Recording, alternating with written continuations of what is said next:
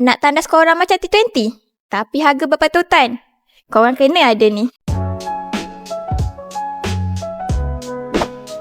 Ini dia sinki kabinet seramik. Sinki kabinet ini mempunyai 3 saiz. Kita ada saiz 600mm,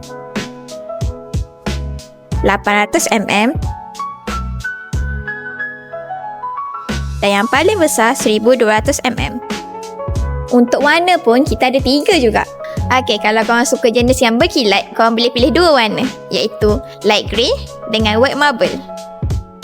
Tapi kalau korang suka yang jenis matte, korang boleh pilih warna Austria Matte Stone. Apa yang best sinki ni, tahan calar dan kalau ada kotor, senang untuk dicuci. So, apa tunggu lagi? Jom dapatkan di Vivo Hardware sekarang.